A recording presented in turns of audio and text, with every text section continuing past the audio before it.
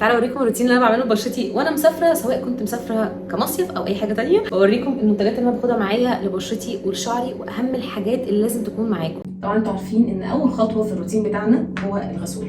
انا واخده معايا غسول ساش ده للبشره الدهنيه. اول خطوه بعملها قبل ما اغسل بشرتي ان انا ببرد بشرتي بالميه زي ما معلماكم. بناخد حبه من الغسول في ايدينا وبنعمل بقى الخطوات اللي احنا كلنا عارفينها اللي انا قلتها لكم قبل كده في فيديو.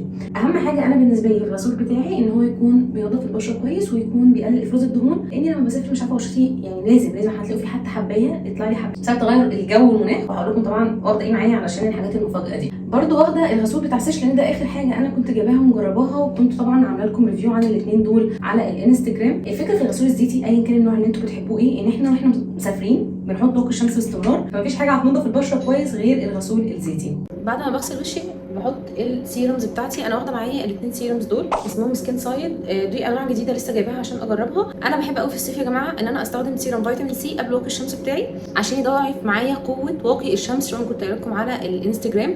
استخدم الاول السيرم بتاع النياسيناميد علشان يقلل معايا افراز الدهون ويصغر برده من حجم المسام، عشان قلت لكم ان انا اصلا بشرتي دهنيه، فموضوع المسام ده بجد بيبقى وحش جدا في الصيف. مع زياده افراز الدهون بتبقى شكلها باين عن الطبيعي، فلازم في روتين بشرتي ان انا استخدم حاجات يكون فيها نياسيناميد. بعد ما سيرم النياسيناميد هيمتص هحط على طول الفيتامين سي سيرم. المفروض ده في نوع من انواع فيتامين سي اللي هي ما بتكونش يعني تقيله على البشره، في العادي من 3 ل 4 نقط من السيرم. وبرده هبقى اعمل لكم فيديو بالتفصيل عن كل انواع السيرم وايه نوع السيرم المناسب لنوع بشرتك واللي انت المفروض تستخدميه على حسب حاله بشرتك. لو انتوا عايزين الموضوع ده طبعا قولي في الكومنتات، يكون الفيديو الجاي على طول اعمل لكم يكون عن السيرمز. بصوا كده بشرتي السيرمز كلها امتصت عليها. هستخدم بقى على طول المرطب بتاعي. دي الاساسيات اللي انا باخدها معايا يا جماعه وانا مسافره، ودي الاساسيات بالنسبه لي اللي انا بحطها على بشرتي لو انا حتى في البيت. بس في كام حاجه زياده، يعني انا ممكن مش دايما ان انا احط 2 سيرم ورا بعض. لو انا في البيت مثلا بشوف انا احتاج بشرتي دلوقتي لما صحيت، هل هي محتاجه مثلا نياسيناميد، هل هي محتاجه فيتامين سي، وهكذا. نستخدم بقى المرطب اللي انا استخدمته اسمه نوت بوتانيكالز. طبعا كنت منزله لكم ريفيو عنه كامل على الانستجرام. يا جماعه عايزه اقول لكم ان انا الانستجرام بينزل عليه يعني ريفيوهات ورأيي في منتجات سواء كانت حلوه او وحشه كتير جدا، فاللي لسه مش موجود على الانستجرام يروح يعمل فولو هناك على طول.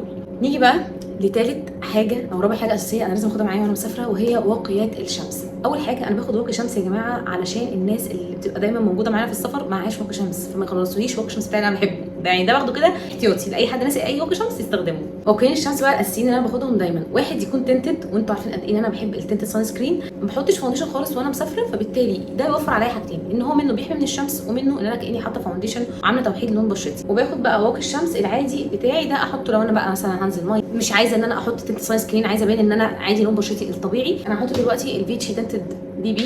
ده المفروض للبشره الدهنيه والبشره المختلطه والبشره المعرضه للحبوب. بصوا لونه، انا عايزه اوريكم، هو بيديني درجه اغمق من لون بشرتي كاني عامله تان كده، فاهمين؟ بلس كمان يا جماعه ان الكفر بتاعته كويسه جدا الصراحه، يعني بتحسي ان البشره الكفر فيها كانك مستخدمه فاونديشن بيدي كفر متوسط، ودي حاجه لذيذه قوي. انا كده روتين بشرتي يعتبر اصلا خلاص، بس باخد معايا حاجه للحبوب اللي بتظهر فجاه. واخده معايا بقى ده اوردينري ساليسيليك اسيد علشان لو ظهر لي حبوب في اي وقت احطه عليها وتبدا ان هي تتعالج. باخد معايا برده الماسكارا بتاعه الرموش. الماسكارا دي انا لسه جايباها قبل ما اسافر على طول، اخدتها معايا برده عشان اجربها.